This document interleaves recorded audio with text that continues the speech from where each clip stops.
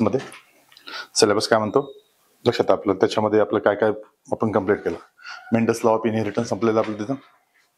Recombination, linkage, multiple allele, genetics of blood groups, या सर्व गोष्टी आपण त्याच्यामध्ये बघितलेल्या आहेत है ना. त्याच्यानंतर आपण आलो होतो कुठं, सेक्स डिटर्मिनेशन इन ह्युमन झालेलं होतं, ड्रॉसोफिलाचं बाकी होतं, बरोबर आहे. मग आज ते आपण सेक्स डिटर्मिनेशन इन ड्रॉसोफिला बघू.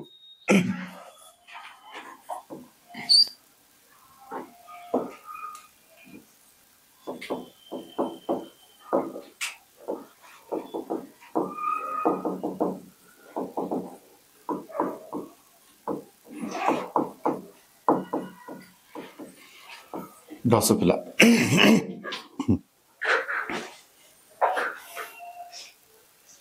हा ड्रॉसोफिला मेलॅनोगास्टर म्हणतात त्याला.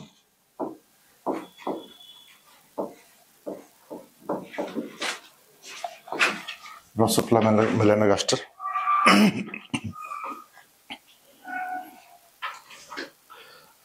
आता ज्या पद्धतीने मी तुम्हाला लास्ट लेक्चर मध्ये सांगितलं होतं की जो काही ह्युमन बिईंग आहेत, जे काही माणसं आहेत, त्या माणसामध्ये जे काही आपल्याला सेक्स डिटरमाइन करण्याची जी काही कॅपॅसिटी आहे ती वाय क्रोमोझोम मध्ये होती, बरोबर आहे. वाय क्रोमोझोम हा सेक्स डिटरमाइन करू शकत होता त्याच्यामध्ये, कुणामध्ये, मानवामध्ये. ह्युमनचा जर विचार केला तर त्याच्यामध्ये दोन टाईपचे क्रोमोझोम आपल्याला पाहायला मिळतात. कोणते आहेत, एक्स जो की फिमेल कॅरेक्टर निर्धारित करतो, आणि दुसरा आहे XY जो की मेल जे कॅरेक्टर आहेत ते निर्धारित करतो. त्याच्यामधला स्पेशली वाय जो आहे तो वाय क्रोमोझोम, बरोबर आहे ना. हे आपण लास्ट लेक्चर मध्ये बघितलं होतं की वाय हे करतो. सेम पद्धतीने आपल्याला ड्रॉसोफिलामध्ये पण आपल्याला दोन टाईपचे क्रोमोझोम पाहायला मिळतात, XX आहे आणि XY आहे. फक्त इथं स्लाइटली डिफरन्स एवढाच आहे की हा जो वाय आहे, हा इथं जो वाय आहे हा काय आहे, जे काही सेक्स डिटर्मिनेशनचं काम करत नाही, सेक्स निर्धारित करण्याचं काम हा वाय इथं करत नाही, एवढं स्पष्ट तिथं आहे. तर मग याच्यामधला सेक्स डिटरमाइन कशा पद्धतीने होतं, इथं सेक्स कशा पद्धतीने होतं, तर सेक्स होतो जो सेक्स डिटरमाइन करण्याचं काम जे काही रेशो आहे, ratio of autosomes with respect to sex chromosome. ऑटोझोमची संख्या किती, ऑटोझोमचा आणि सेक्स जे क्रोमोझोम आहे त्यांचा रेशो किती आहे, समजलं का. ऑटोझोम आणि ऑटोझोम समजतं का. ऑटोझोम म्हणजे कोणते, लक्षात घ्या. हा मेल आहे, हे फिमेल आहेत. आपल्यामध्ये समजत आहे एग्ज आहे, हे स्पर्म आहेत, ओके. याच्यामध्ये दोन टाईपचे क्रोमोझोम आपल्याला पाहायला मिळतात. एक आहे 22 प्लस किती येईल 1 है ना, एक्स क्रोमोझोम. हा जे 22 आहेत हे कोण आहेत, हे ऑटोझोम आहेत. ऑटोझोम म्हणजे काय, जे की आपली बॉडी कॅरेक्टर निर्धारित करतात, जे बॉडी कॅरेक्टर आपल्याला रिप्रेझेंट करणारे जे काही क्रोमोझोम्स आहेत ते 22 आहेत. त्याच्यामध्ये इथं पण 22 प्लस एक्स आहे आणि 22 प्लस वाय आहे, बरोबर आहे. हे जे 22 आहेत ते 22 काय आहेत, ऑटोझोम्स आहेत. हे 22 काय आहेत, हे ऑटोझोम्स आहेत. आणि हा एक्स काय आहे, हा सेक्स क्रोमोझोम आहे. हा वाय काय आहे, हा सेक्स क्रोमोझोम आहे. आलं, एवढं क्लिअर आहे ना. मग काय आहे, हे जे काही मेलॅनोगास्टर्स आहेत, हे जे काही ड्रॉसोफिला आहेत, या ड्रॉसोफिलामध्ये जो काही ऑटोझोमचा रेशो आहे विथ रिस्पेक्ट टू कशाच्या, सेक्स क्रोमोझोमच्या, तो किती आहे त्याच्यावर सर्व गोष्टी ठरतात. त्याच्यावर काय ठरतात, त्याच्यावर ठरतात की तो मेल होईल की फिमेल होईल. एक्झाम्पल सांगतो बघा. सपोज एक सेक्स क्रोमोझोम आहेत आणि 2 ऑटोझोम्स आहेत. यांचा जर रेशो हा 1 येत असेल तर ती फिमेल आहे. सपोज एक सेक्स क्रोमोझोम आहे, एक वाय आहे, आणि याचा जो रेशो आहे, याचा रेशो कमी येईल. रेशो कोणाचा पाहायचा, आपल्याला रेशो हमेशा फक्त आणि एक्स क्रोमोझोमचा बघायचा आहे. एक्स क्रोमोझोमचा रेशो कोणाच्या सोबत, ऑटोझोम सोबत. जर तो एकापेक्षा कमी असेल, 1% पेक्षा कमी असेल किंवा एकापेक्षा कमी असेल, आता इथं किती येतो 0.5%, तर हा मेल झाला. कोणाचा रेशो, या एक्सचा रेशो कशासोबत? ऑटोझोम सोबत. जर एक असेल तर फिमेल आहे, आणि जर फक्त एकापेक्षा कमी असेल, सिंपल, इथं काय आहे माहिती का, लक्षात घ्या, एक आणि एकापेक्षा कमी, ही कन्सेप्ट खूप महत्वाची आहे, लक्षात घ्या.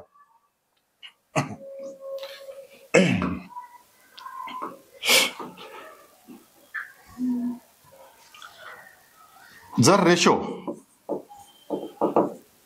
हा एक असेल तर फिमेल आहे, जर तो 0.5 आहे तर मेल आहे, आणि जर तो एक आणि 0.5च्या मध्ये आहे, या दोघांच्या मध्ये आहे रेशो, तर तो इंटरसेक्स आहे. अलग लक्षात, आपल्यामध्ये त्यांना हिजडे म्हणतात, ते इंटरसेक्स आहे. हा, जर हा रेशो एकापेक्षा जास्त असेल, 1.5 असेल, तर त्याला सुपर फिमेल म्हणायचं. अलग लक्षात. जर पर्सेंट एकापेक्षा जास्त असेल, याच्यापेक्षा बी जास्त असू शकतात ना, जर पर्सेंट हा रेशो एकापेक्षा जास्त असेल तर याला सुपर फिमेल म्हणायचं. ही स्टराईल असेल का? नाही, स्टराईल नसेल. हा, जर हा रेशो एकापेक्षा कमी असेल, म्हणजे 0.5 पेक्षाही कमी असेल, तर त्याला स्टराईल मेल म्हणायचं. त्याला स्टराईल मेल म्हणायचं.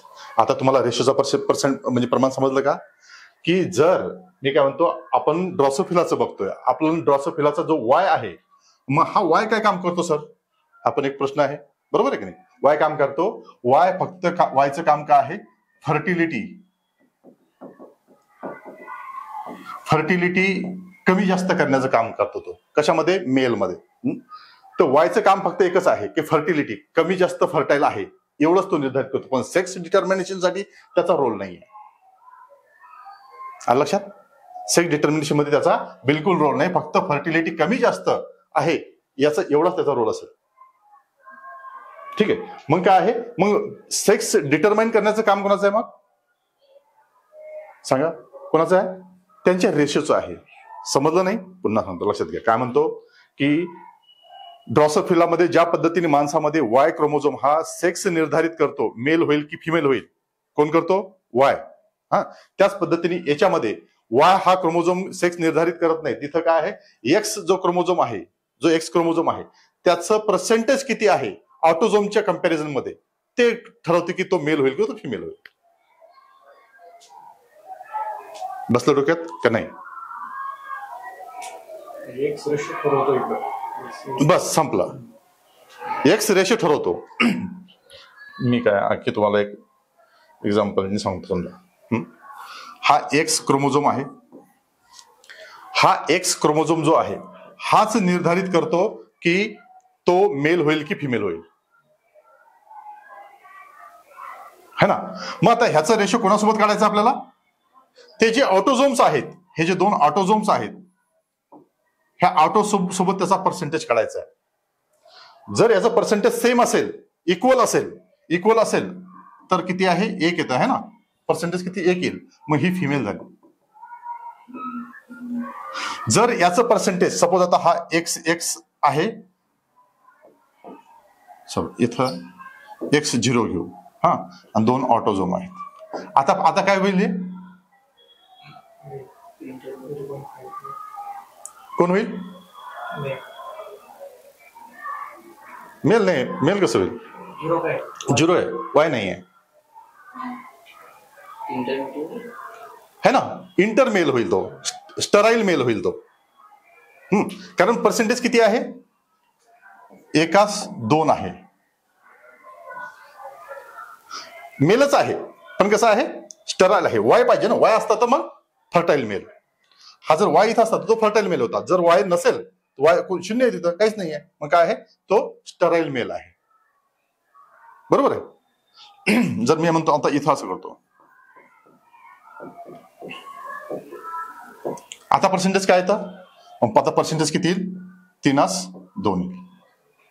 मग किती आलं? 3:2 म्हणजे 1 उरला, 2×5 10, है ना? 2×5 10, 1.5 येईल. 1.5 आलं म्हणजे काय, एकापेक्षा जास्त आलं म्हणजे काय, मग ही फिमेल होती, आता ही कोणी ती सुपर फिमेल येईल, बरोबर आहे की नाही. मग याचं पर्सेंटेज या ऑटोसोमच्या संदर्भात या एक्सचं जे काही पर्सेंटेज आहे ते सेक्स डिटर्मिनेशनसाठी रिस्पॉन्सिबल आहे. ते सेक्स डिटरमाइन करेल कशामध्ये, ड्रॉसोफिलामध्ये. माणसामध्ये वाय निर्धारित करतो, इथं एक्स करतो. आलं लक्षात, आता बसलं डोक्यात, ठीक आहे. बघा आता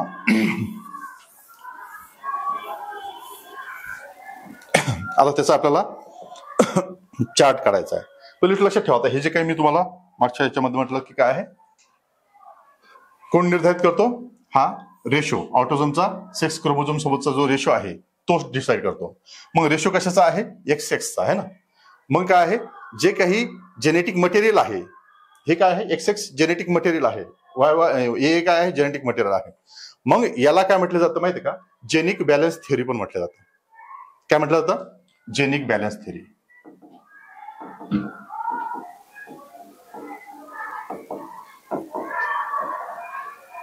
आता जेनिक बॅलन्स थिअरीचा अर्थ समजतो का तुम्हाला, जेनेटिक मटेरियल बॅलन्स करायचं आहे ना, कम्पॅरिझन मध्ये बॅलन्स करायचं आहे. बॅलन्स झालं तर फिमेल आहे, बॅलन्स पेक्षा कमी झालं तर मेल आहे, आणि त्याच्यापेक्षा कमी झालं तर स्टेराईल मेल आहे. सपोज त्याच्यापेक्षा जास्त झालं तर सुपर फिमेल आहे ना. म्हणजे काय आहे, सिंपल, जे जेनिक आहे, जे जेनेटिक मटेरियल आहे ते बॅलन्स करण्याचं काम आहे. म्हणून त्याला काय म्हटलं तर जेनिक बॅलन्स थिअरी आहे ना. म्हणून सेक्स डिटर्मिनेशन मध्ये ह्या गोष्टी कॉमाच्या आहेत. मग आता त्याच्यामध्ये आपल्याला एक चार्ट बघायचा आहे, ते लक्षात ठेवा. पहिली आणखी एक गोष्ट त्याच्यामध्ये लक्षात घ्या की आता हा जो ड्रॉसोफिला आहे, या ड्रॉसोफिला, आता ही जेनिक बॅलन्स थिअरी जी आहे ती कोणी दिलेली आहे, कॅल्व्हिन ब्रिजने दिलेली आहे. हे लक्षात ठेवा, कॅल्व्हिन ब्रिज 1921 मध्ये दिलेली आहे. आणि हा जो ड्रॉसोफिला आहे, या ड्रॉसोफिलामध्ये आपल्याला एकूण 8 क्रोमोझोम पाहायला मिळतात.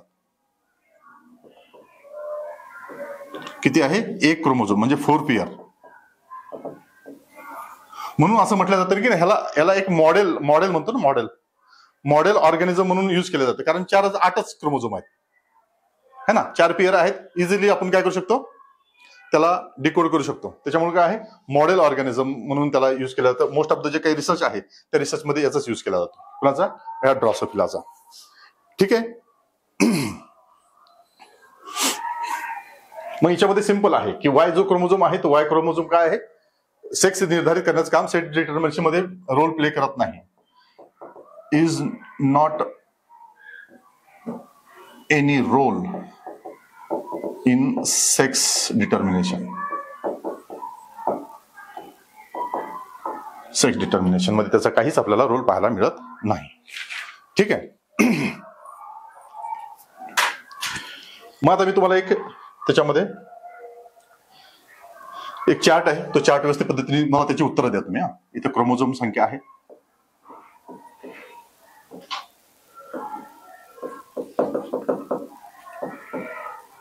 इथे क्रोमोझोमची संख्या आहे.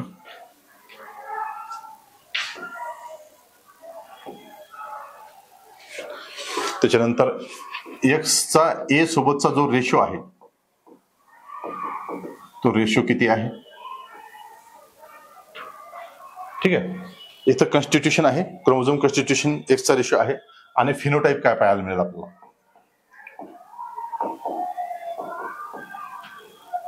फिनोटाईप काय पाहायला मिळेल, बरोबर आहे. आता मी तुम्हाला एक क्रोमोझोमची संख्या देतो.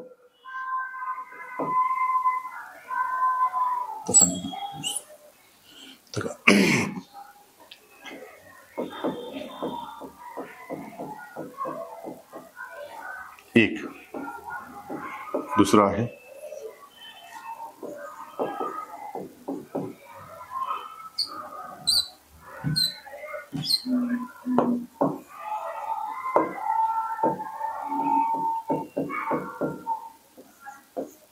तिसरा आहे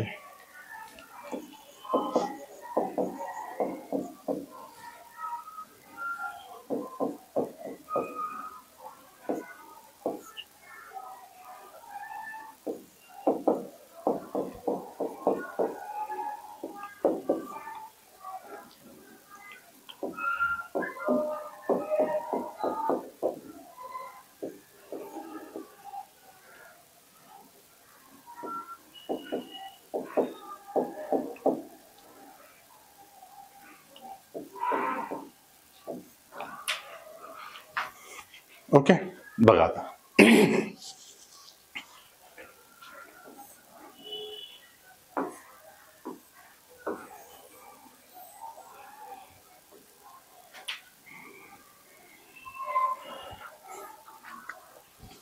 आता आपल्याला काय करायचं आहे, रेशो काढायचा आहे. आता एक्स किती आहेत, 3 आहेत. ऑटोझोम किती आहेत, 2 आहेत. त्याला कॅल्क्युलेट किती होईल, 1.5 आलेला. त्याच्यानंतर आता इथं किती आहे, एक्स किती आहेत, 2 आणि ए किती आहेत, 2.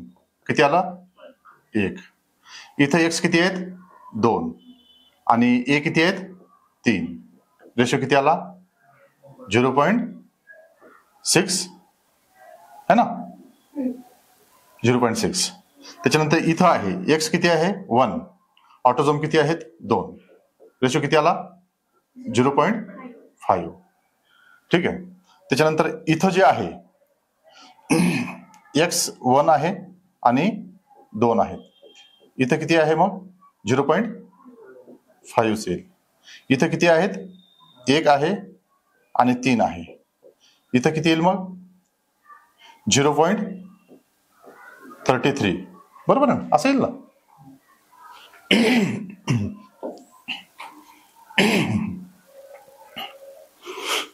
आता सिंपल आहे. आता फिनोटाईप कसा दिसेल आपल्याला त्याचा, हे काय आहे, फिमेलच आहे. आपण याला फिमेलच म्हणू. फिमेलच आहे ती, एकापेक्षा जास्त आहे, फिमेल आहे. इथं पण फिमेल आहे. बाकीच्या गोष्टी बघू. इथं काय आहे, या दोघांच्या मधात आहे ना, हा कोण आहे, इंटरसेक्स आहे. हा कोण आहे, मेल आहे. हा कोण आहे, मेलच आहे. हा कोण आहे, 0.3 मेलच आहे.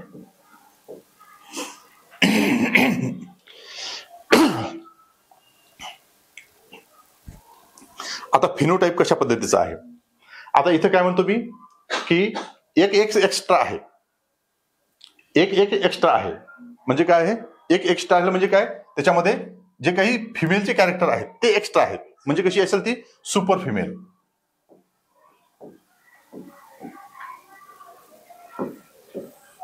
ओके. आता इथं सिंपल फिमेलच आहे, त्याला काही प्रॉब्लेम नाही आहे. ठीक आहे, सिंपल फिमेल आहे. त्याच्यानंतर काय आहे, हा इंटरसेक्स आहे, है ना. हा इंटरसेक्स आहे. तुम्हाला माहित आहे की काय आहे, या पर्सेंटेजच्या मधात, कोणत्या 0.5 to 1 च्या मधात जे असेल तो इंटरसेक्स असेल, है ना. मग तो इंटरसेक्स आहे. त्याच्यानंतर हा जो आहे, हा कोण आहे, मेलच आहे. 0.5 आहे, मेलच आहे. पण कोणता आहे, स्टराईल मेल आहे. वाय नाही ना, वाय नाही आहे ना त्याच्यामध्ये. वाय नाही म्हटल्यावर, है ना, वायचं कॅरेक्टर म्हटलं त्याची फर्टिलिटी कमी आहे, मग तो स्टराईल आहे.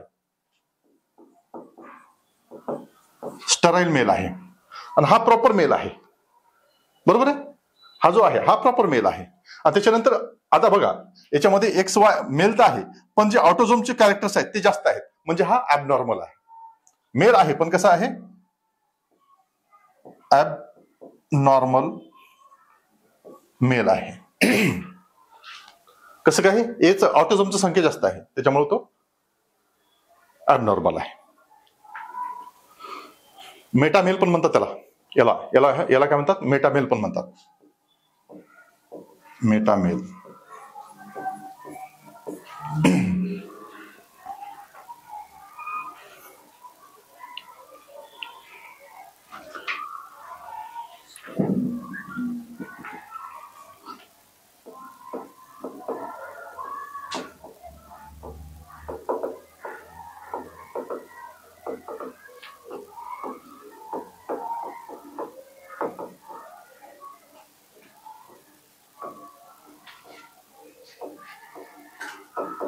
क्रोमोझोम नंबर काय आहे?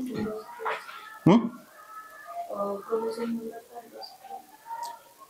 एकूण 8च तर क्रोमोझोम नंबर आहे. एकूण 8च क्रोमोझोम आहेत.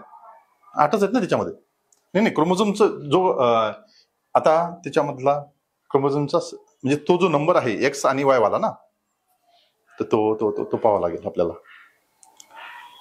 बघता का कोणता क्रोमोझोम हे आहे तो.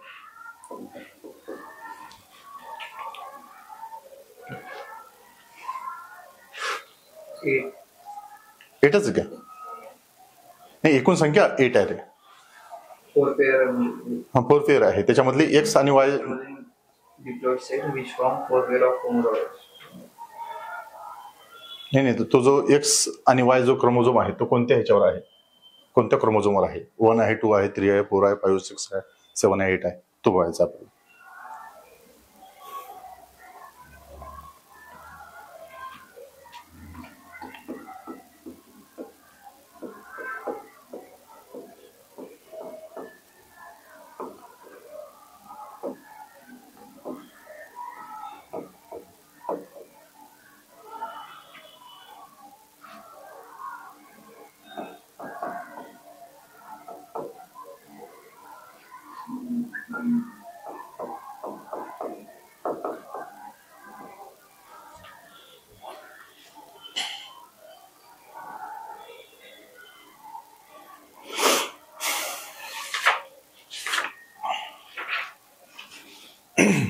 आहे का? नाही नसेल तर नंतर चेक करा. ठीक आहे, पेअर आहेत सर म्हणजे हा ठीक आहे. 4 पेअर आहे तर 8 ते तर आहे. मग मी ते तुम्हाला पहिले सुरुवातीला सांगितलं ना, 8 क्रोमोझोम आहेत, 4 पेअर आहेत, काही विषय नाही. पण त्याच्यावर हा एक्स आणि वाय कोणत्या कोणत्या क्रोमोझोमवर आहेत ते तिचं नव्हतं की कोणत्या क्रोमोझोमवर आहे.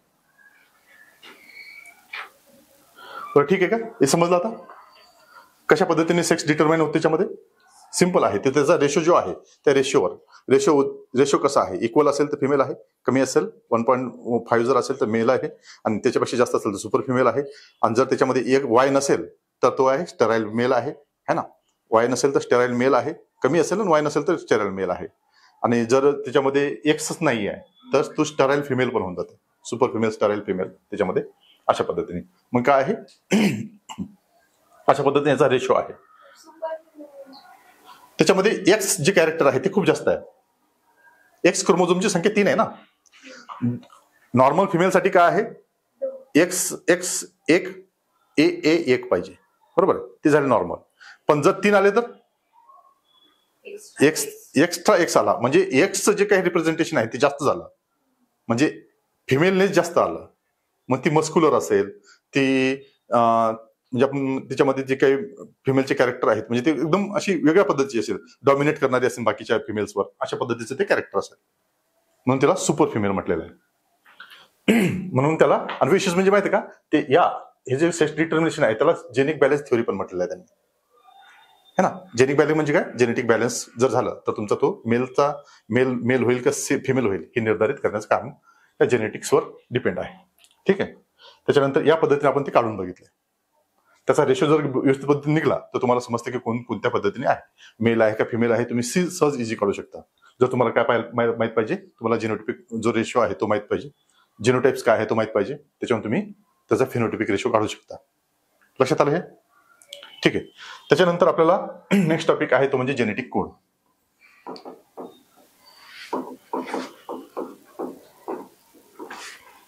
जेनेटिक कोड आहे.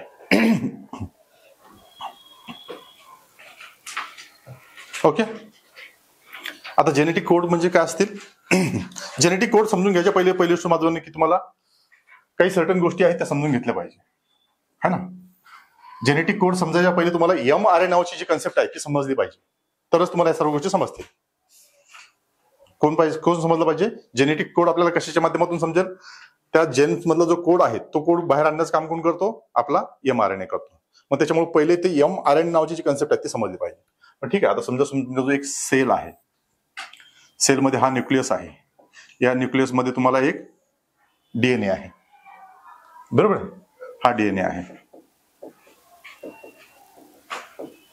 या डीएनए वर एक सर्टन रिजन आहे जो एक्सप्रेस झालेला आहे, त्याला आपण काय म्हणतो, जीन म्हणतो.